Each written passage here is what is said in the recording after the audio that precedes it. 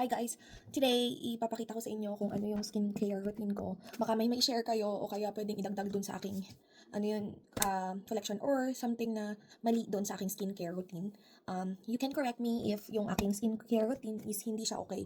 Pero ito yung mga usual na ginagamit ko at sa tingin ko nagwo-work naman sa skin ko. So, eto, pag nagme-makeup ako o kaya naglalagay ako ng konting makeup, ayan, ginagamit ko ito. Nabili ko siya sa Oliviang kasi nag-sale siya. Yung first na trinay ko is yung maliit, yung para sa lips and saka sa, sa lips at saka sa eye. Maganda siya, nakakatanggal talaga siya ng, yung makeup. Kahit sa, yung mga mahirap tanggalin na kanang makeup, okay siya. And then, ito, tatanggalin ko muna yung mga nilagay ko sa mukha ko, of course. Ayan, tapos, kararating lang namin. So, tanggal tayo ng aking makeup. So, ayan. As you can see, like later, papakita ko sa inyo yung mga natanggal. Hindi siya 100% na tanggal, of course. Kailangan mo rin hugasan yung mukha mo ng tubig. So, ipapakita ko din sa inyo kung ano yung ginagamit kong cleansing foam. Kaya, yung sabon. Ayan. Tatlo kasi yung natry ko ng gamiting sabon din eh. Ayan, okay na siya. Ito, ganito siya kadumi. Tingnan nyo. Ayan, ganyan siya kadumi. And so, yan, maghugas muna ako ng mukha and then ipapakita ko sa inyo kung anong ginamit kong sabon. Tapos na akong maghugas ng aking mukha. Tapos, yun. Tap ko muna sa towel. Ito, malinis naman itong towel ko. Minsan, gumagamit din ako ng tissue para hindi ma-irritate yung aking mukha. Kasi yung sa towel, medyo medyo magaspang. Ayan, ito yung pinanghugas ko sa mukha ko. Ito. Dati kasi, meron din ako na-try na, cleansing foam. Ito kasi, wala na akong choice kasi nabili ng asawa ko buy one take one. So, inuubos ko na lang siya. Pero ito yung na-try ko before, yung whip. Yan, bidsang namatay ang aking video. So, ito yung ginagamit ko before. Yung isa, yung foam na isa, yung pinapump. Ito kasi, hindi siya yung isang ginamit ko. May isang ganito eh, yung other brand nito. Tapos, ito maganda siya. Ginagamit kong brand before. Tapos ito, try ko siya after, kung maganda siya. Kasi, kasama siya dun sa binili kong, sunscreen. Ayan. Maganda itong brand na to for the sunscreen, para sa akin. And for today, dahil naglalagay ako ng makeup a little bit. Ayan, ito ginagamit ko siya para pangtanggal dun sa mga makeup na linalagay ko. Maganda rin siya, ito. Yung cleansing oil na to. After kong naghugas ng mukha, so ang kailangan natin, minsan ginagamit ko yung spray. Asan na kasi yung bag ko? Pero ito na lang munang gamitin natin. So, ito yung gamit ko na pang spray sa mukha ko na una pag umaga. Pero, lalagay ko muna ito. Sabihin nyo sa akin kung tama ba yung ginagawa ko or hindi. Pero ito yung nag-work sa akin for now. So, ito, rin-recommend to ng sister-in-law ko siya. Para ma-boost yung skin. Sabi niya, even skin tone and hydrating and firmness and smooth. Tapos, yung pore and sebum care. Tapos, improve yung skin texture mo. Ayan. So, ito, sabi niya kasi dito, after washing your face, take an adequate amount of this product in the first step of your skin care and smoothly spread on your face. Pat its to aid absorption. Sabi niya, and apply layers to deliver abundant efficacy to the skin. Sabi niya, using it before other serum and ampoules to enhance the effectiveness of the adequate serums. Sabi niya, eto. So, ginagamit ko to muna before kong i-apply yung mga serums. Tagayin natin. So, nagawa ko ganyan. Excuse me yung armpit ko kasi mayroon pang hair. Hindi pa ako nag-wax. Ayan. Pero maputi naman yung kilikili ko kahit papaano. Hindi lang na-wax. Ayan. So, yan. Lagyan pa natin konti. Ayan. Tapos, tap. Ayan. Tapos, minsan, tinatamaran ko na yung mga ibang ilalagay. Tapos, ito, naglalagay ako. Yung isang gamit ko, ito yung pangalawa niya eh. Nandun yata sa bag ko. Ito, bago to. Ayan, to ang Di Alba. Ayan. I-spray ko siya sa mukha ko. Why? Bago siya eh. Ganyan. Tapos na.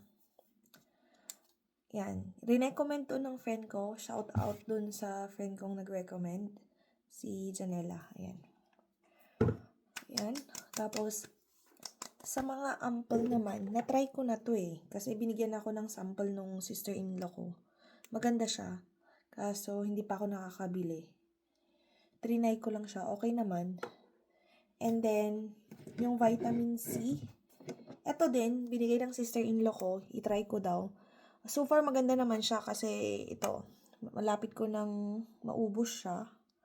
So, after kong maglagay ng ito, yung spray, first spray serum, ilalagay ko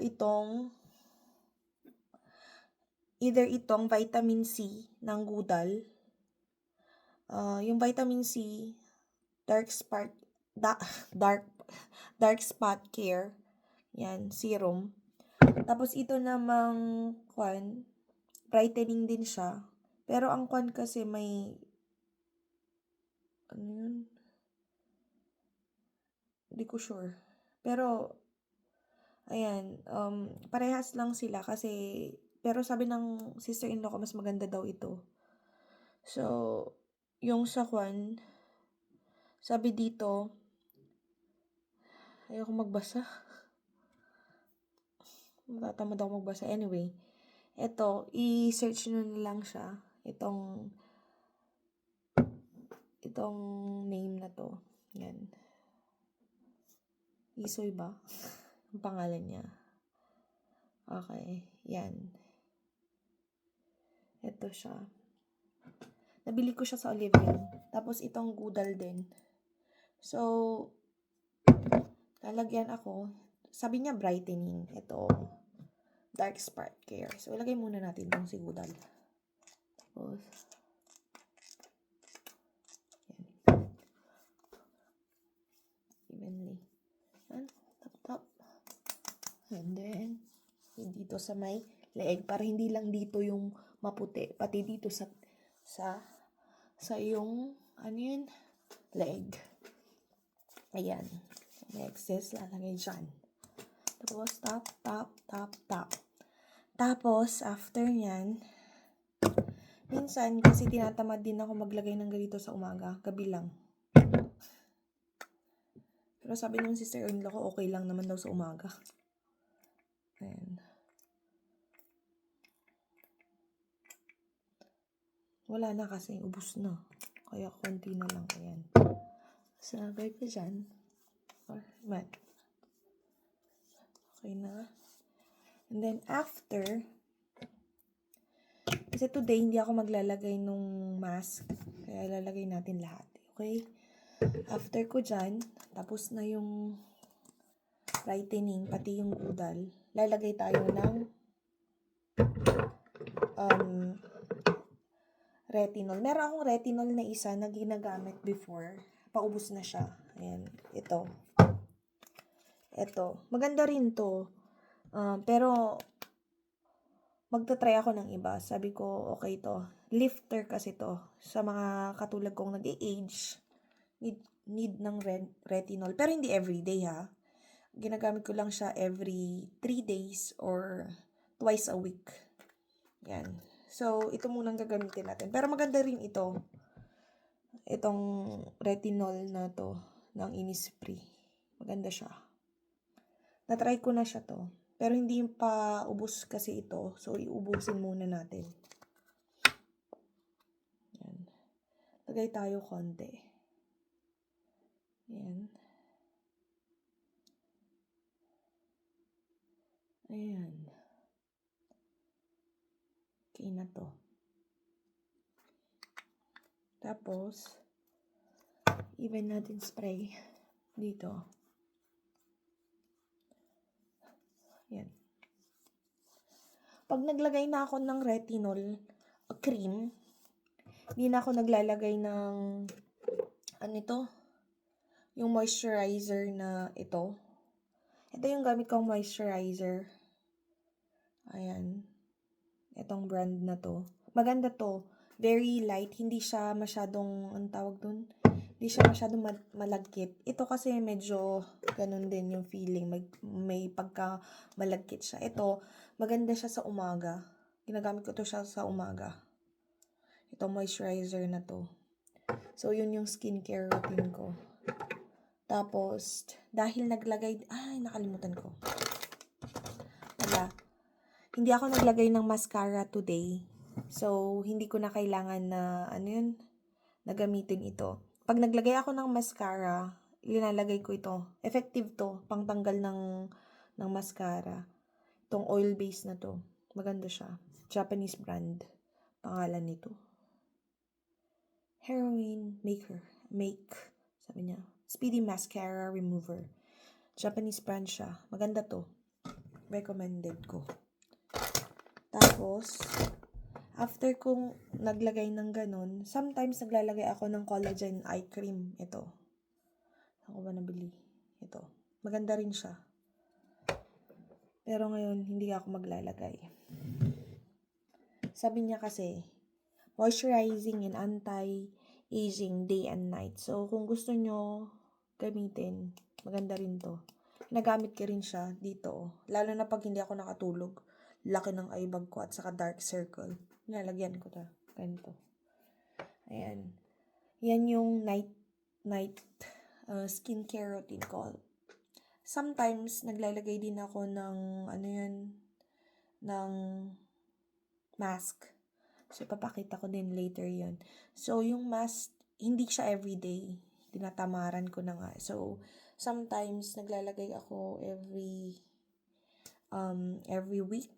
Yan. Or every other day. Every 2 or 3 times a week. Ganyan. Hindi ako everyday na gumagamit ng mask.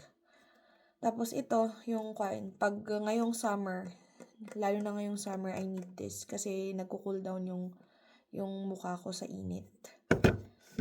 Pag winter naman, iba yung skincare ko. Lalong-lalo na yung moisturizer. Kasi sobrang nagda-dry yung skin ko during winter dito. Before, sa Pinas, hindi naman ako gumagamit ng kung ano-ano.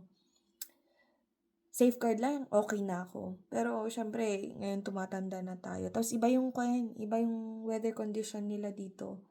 So, gumagamit ako ng iba-ibang product to try. Kasi nung last time na hindi ako naglagay, ang daming bakbak. Tapos, tinitigyawat din ako. Hindi ako tinitigyawat sa Pilipinas, ha. At saka, hindi rin ako nagsa-sunscreen. May dim na talaga yung mukha ko doon. Pero ngayon, kailangan ko mag-skincare down. Ito, sa winter, ginagamit ko siyang moisturizer.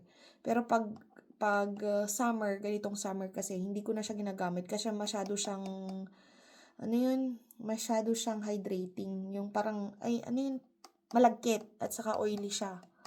So, hindi ko siya recommended para sa skin ko, para sa akin. Hindi ko siya recommended para sa gaya ng skin ko for summer kasi masyado siyang oily. Hindi siya recommended. Mainit siya sa mukha. Winter, okay siya. Tapos sa lip naman, yung for making your lip moisturized. Yung ginagamit ko is yung, papaw? Papaw ba yung pronunciation or pawpaw? Hindi ko alam. Basta yung red. Wala dito. Ito. Hindi pa to nabuksan. Pero yung isa, nandun sa bag ko. Ayan. This one. Maganda to. Lalong-lalo na pag winter. Recommended ko siya. Hindi siya nagbabakbak sa lips ko. Ito lang. Hindi, yung sa petroleum, hindi siya masyado sa akin. At saka yung lip balm. Ito lang. Pag linagyan ko na siya, hindi nagbibitak yung aking lip. Ayan. Yung lips ko, okay siya dito. Yung sa papaw, hindi na kailangan ng other na ilalagay. Okay na ako dito. So, hindi na ako magpapalit. Ito maganda to. Recommended ko siya. So, thank you for watching my video. Kung may suggestion kayo dun sa may comment box, ilagay niyo lang kung tama ba yung ginawa ko or hindi. Ayan. So far, yun naman yung effective sa akin. Kung may recommended kayong product na pwedeng itry, comment down kayo. Thank you. Tama, may mali pala ako. Na-realize ko. Nung tapos na, hindi ko siya masyadong naalala. Ito. Ano to? Toner. Dapat pala mag-toner muna ako bago ako naglagay ng mga serum. Nakalimutan ko na. Yan. 12 o'clock na kasi. Wala na sa wisyo. Ito yung toner. Hindi ko na nalagay. Anyway, toner dapat muna. And then, ito.